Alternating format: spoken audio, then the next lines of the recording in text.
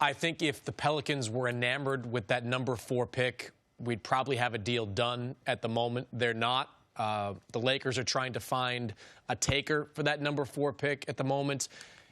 I don't know exactly what they're going to be able to get back for that 4th overall pick. It's not anywhere near as valuable as a pick inside the top 3. Teams like the Darius Garlands and the Jarrett Culvers, even Cam Reddish, who I think is going to make some moves on draft night, but not enough to give up anything substantial, at least not anything that the New Orleans Pelicans want. So I'd put the Lakers right now as a slight favorite, but I still think it's very early in this process, and a lot can change over the next week. Well, when you say early, I was about to say it's early kind of in that they do want this deal done before the draft. The draft, we know when that is. A long time, though. Oh, sure. The draft is 1 week from tonight, right? It's June 20th. And so for the Pelicans, the reason they want this done by the draft is because if they are going to receive draft compensation from anyone, they want to be able to pick the player. They want to be able to have a guy that fits what they're trying to do.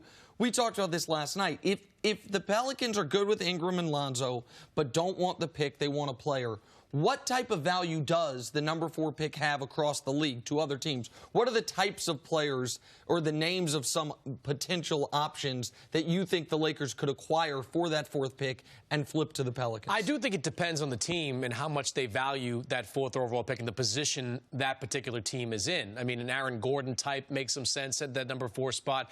You know, Clint Capella's name has come up in trade talks before. But then you get into the machinations of making a trade like that with both guys like Capella and Gordon, who are just examples at this point, making max-level money. So you have to figure out how that works on the Pelicans' books to make a deal like that. Look, I think the Lakers are going to spend the next few days and into the next week, if that's what it means, desperately trying to find a taker for that number 4 pick to get something that the Pelicans want.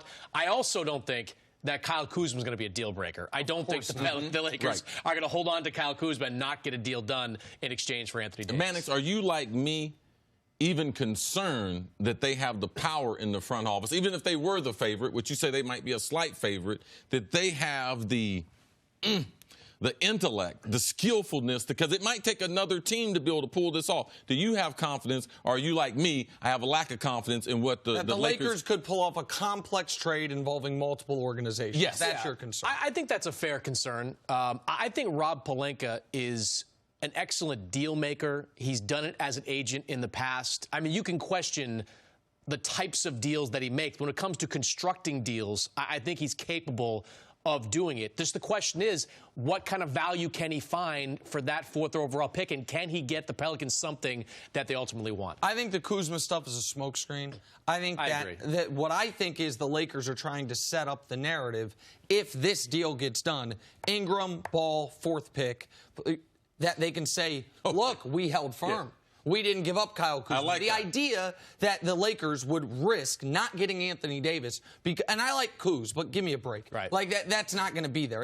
And so I don't think that is a reality of the situation. There was even a report in the LA Times by a writer I have an enormous amount of respect for, Tanya Ganguly, saying that the Lakers, if they were to include Kuzma, maybe they could then keep the 4th overall pick. There is not a person in the world, no, even if the 4th pick doesn't have the value the 3rd pick does, that values I still want it. Kuzma more than the 4th overall 100%, pick. Right. Yes. So, all right, so we're on the same page on that. We're on the same page on what the Lakers could offer. The other teams that can get in the game are who, and what is the Celtics' last best offer? Does it involve, as we sit here today where it looks like Kyrie is out the door, but we won't know that by draft night officially, does their last best offer involve Jason Tatum? And if not, what can they offer? I don't believe that without any type of commitment from Kyrie Irving, the Celtics will offer Jason Tatum. He is the best player that could be involved in any currently constructed deal, and the Celtics aren't going to part with him, because if they do and Anthony Davis walks, all the gains they made... The rebuild was a bust then. It was a total bust. Do I think they'd include Jaylen Brown in that mix along with draft picks?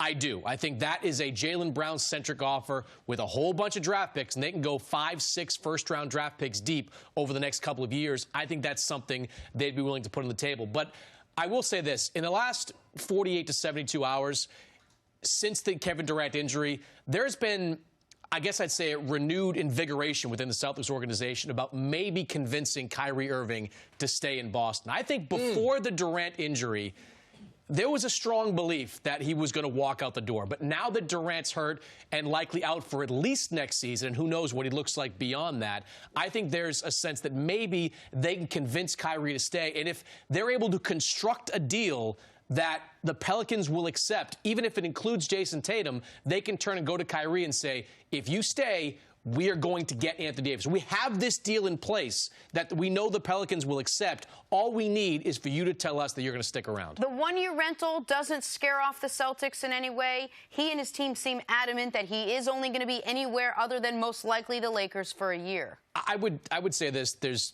not much that really scares Danny Ainge on stuff like this. He just believes that.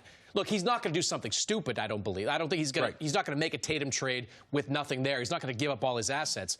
But posturing like this doesn't bother Danny Ainge. Just like bringing Kyrie back after all the turmoil doesn't really bother Danny Ainge. Danny Ainge is a player of the 1980s. He was playing in those Celtics locker rooms where most of the time they all hated each other, and there was a lot of back and forth between guys. He believes talent wins championships. So if he can get Kyrie Irving to sign, he will roll the dice and bet on his franchise. Okay, so 2 points on that, though. First of all, we know the one-year rental scares him in this regard. If in that Sports Illustrated interview, Rich Paul, instead of saying, you can trade him to the Celtics and he will be a free agent in 2020, if the quote was, if the Celtics trade for him, he's signing an extension, then guess what? Jason Tatum is traded, and it's done. So in that regard, we know it has a chilling effect. And in the other regard, Danny Ainge loves talking about making deals. He does not love the idea of ever potentially, maybe just a chance, losing a deal. You reported he could have had Kawhi Leonard on a one-year rental, not for Jason Tatum, but for Jaylen Brown, and decided that's too rich for my blood. So the idea that Ainge, I get it, you would include Tatum if you were not only trading for a year, maybe more of Anthony Davis, but a de facto trading for 4 years of Kyrie, it makes sense. But this is where the timelines don't match up. Kyrie, I would be shocked if Kyrie, after waiting this long, doesn't hit true free agency. Oh, I agree. And then Danny Ainge would have to be rolling the dice. And I don't think the Celtics offer can trump the Lakers offer without including Tatum. Doesn't seem like they're going to include Tatum. Jen, I know you don't buy into the one-year rental thing. I'll say it again. If there's a team that's going to not care about the one-year rental and want to get in the game, that team is Denver.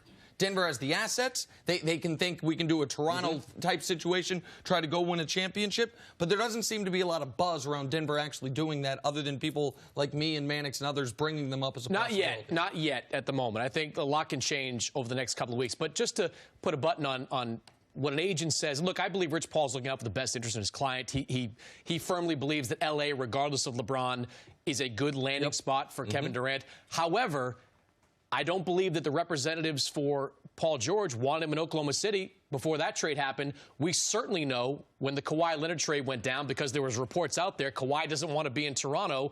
That didn't scare the Raptors off, and look where they are now. So there is a lot of things to gain from rolling the dice. Thanks for watching. Subscribe here to get the latest from the show. Also, be sure to check out more of the best clips from First Things First, or go watch a few segments from our other shows on FS1.